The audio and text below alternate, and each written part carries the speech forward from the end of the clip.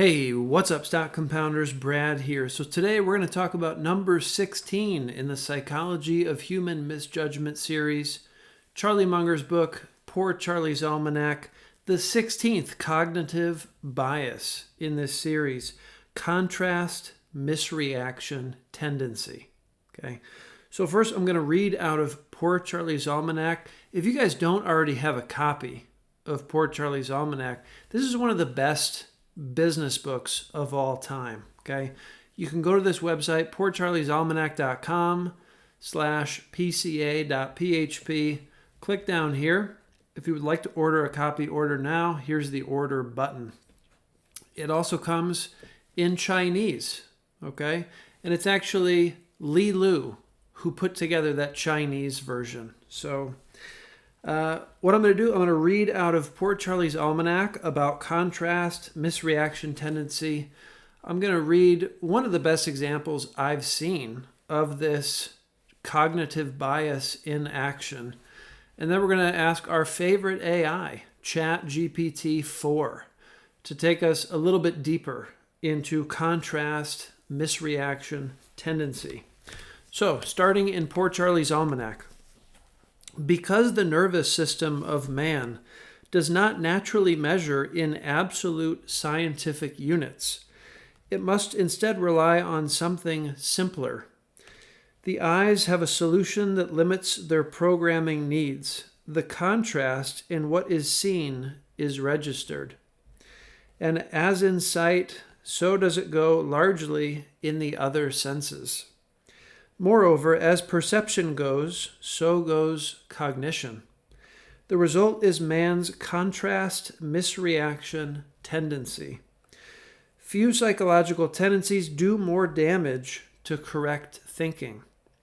Small-scale damages involve instances such as man's buying an overpriced $1,000 leather dashboard merely because the price is so low compared to his concurrent purchase of a $65,000 car.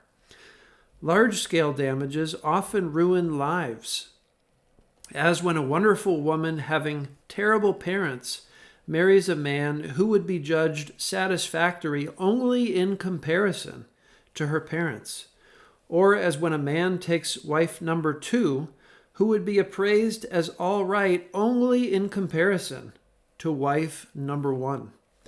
A particularly reprehensible form of sales practice occurs in the offices of some real estate brokers. A buyer from out of the city, perhaps needing to shift his family there, visits the office with little time available. The salesman deliberately shows the customer 3 awful houses at ridiculously high prices. Then he shows him a merely bad house at a price only moderately too high. And boom, the broker often makes an easy sale. Contrast misreaction tendency is routinely used to cause disadvantage for customers buying merchandise and services. To make an ordinary price seem low, the vendor will very frequently create a highly artificial price that is much higher than the price always sought, then advertise his standard price as a big reduction from his phony price, right? On sale.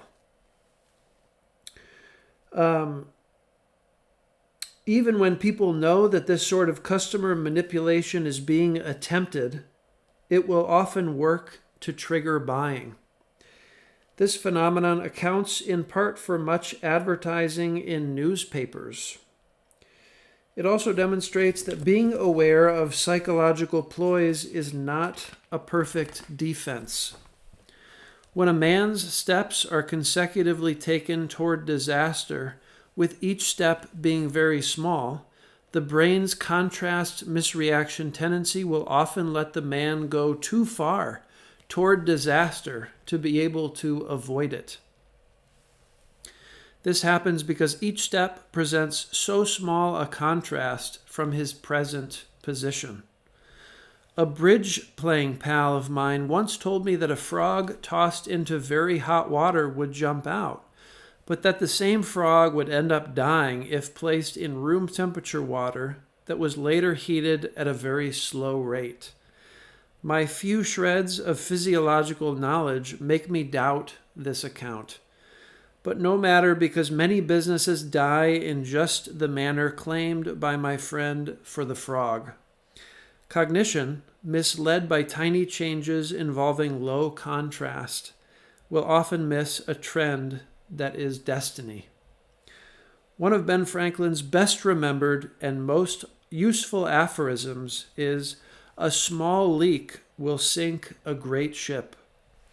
The utility of the aphorism is large precisely because the brain so often misses the functional equivalent of a small leak in a great ship. So that's what we've got from Poor Charlie's Almanack on this tendency. Let's look at this example here. So I'll just read a quick story. Do you remember my old friend, Mr. Irrational? He made a cameo appearance in Latticework series when we discussed mean reversion. For the uninitiated, he is a figment of my imagination, inspired by Benjamin Graham's Mr. Market. One fine day, it so happened that Mr. Irrational was trying on suits in front of a shop's three-sided mirror. The men's tailor shop was owned by Sid and Harry. The younger brother, Harry, being less experienced, was sitting at the back of the room with all the design catalogs and price list. Sid, elder brother and the chief tailor, who seemed to have hearing problems, was helping Mr. Irrational make a choice. "How does this one look?" asked Mr. Irrational. He liked the dark gray color, but wasn't sure about the woolen texture of the suit. "Pardon me, sir. Can you please speak up a little louder?"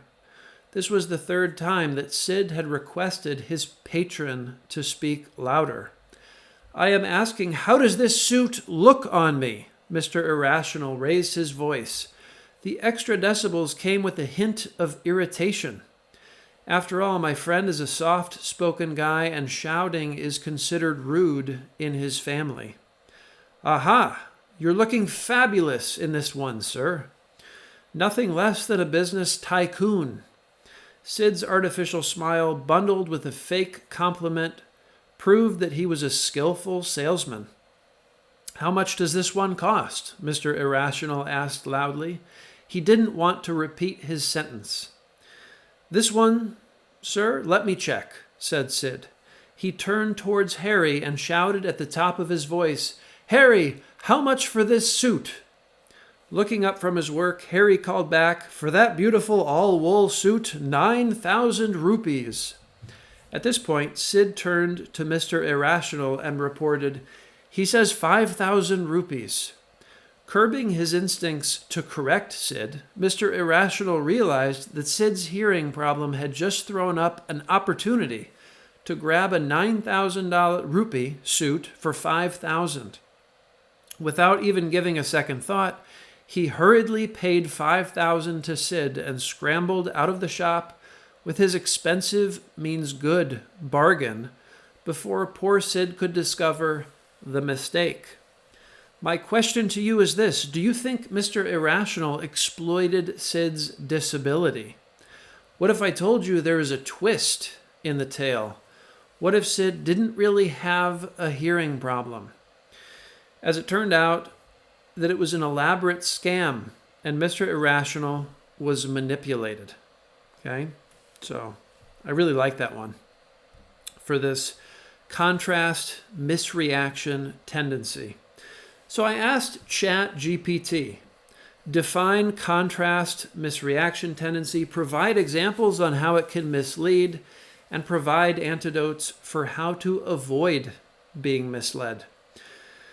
Contrast misreaction tendency is a cognitive bias that causes individuals to make inaccurate judgments or evaluations based on comparisons to preceding or surrounding information, rather than assessing each situation or item independently. This bias often leads to distorted perceptions, as people tend to focus on the difference between items rather than their absolute values. A few examples of contrast misreaction tendency. Sales tactics. Retailers often use this bias to their advantage by displaying an expensive item next to a cheaper one. Customers perceive the cheaper item as a better deal because it looks like a bargain in comparison. Job interviews. A hiring manager might perceive a candidate as highly skilled if they interview them after meeting with a series of poorly qualified candidates. The contrast between the two groups causes the manager to overestimate the skills of the standout candidate. Number 3, social comparisons. A person might feel inadequate when comparing themselves to someone they perceive as highly successful, even if they are doing quite well themselves. This skewed comparison can lead to feelings of inferiority and dissatisfaction. So what are some antidotes to avoid being misled by this contrast misreaction tendency? Number 1, awareness. Being aware of this cognitive bias is the first step in overcoming it. Recognize that your judgments may be influenced by relative comparisons and try to assess each situation or item independently. Okay? That's what we're doing, right? We're being aware of this cognitive bias. Number 2, objective criteria. Establish clear and objective criteria to evaluate items or situations. This will help you avoid being swayed by irrelevant factors that result from contrast effects. Number 3, seek diverse perspectives. Consult with others who have different viewpoints or experiences to help reduce the impact of this bias.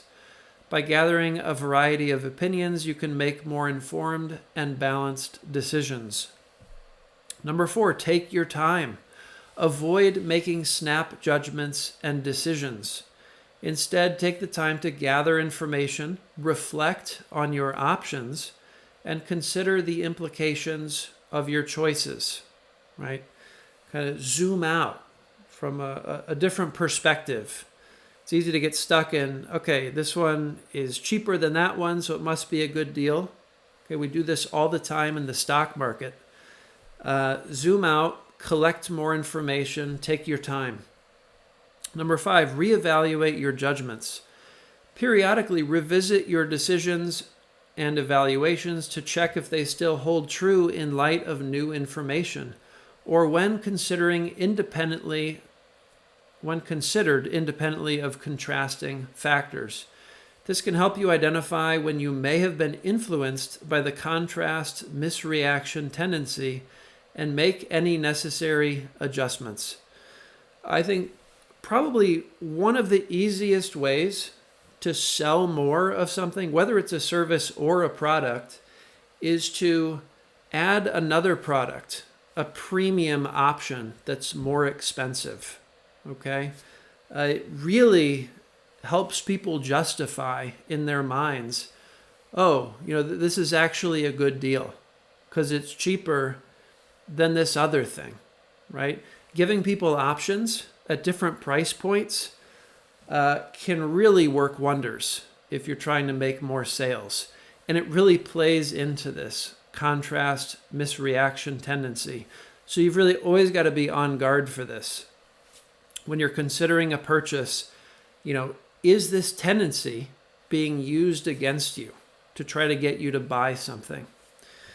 So that's it, guys. I will link to this example, fantastic example of the suit salespeople who pretend to be hard of hearing. And, it goes on from here. So there's a lot more if you want to go deeper. And I'll also link to where you can buy Poor Charlie's Almanack. I don't make anything from this, guys. I just think it's one of the best business books of all time. Not just business, but really a lot of life wisdom in there as well. So thanks for watching, guys. I will see you all in the next one. Take care.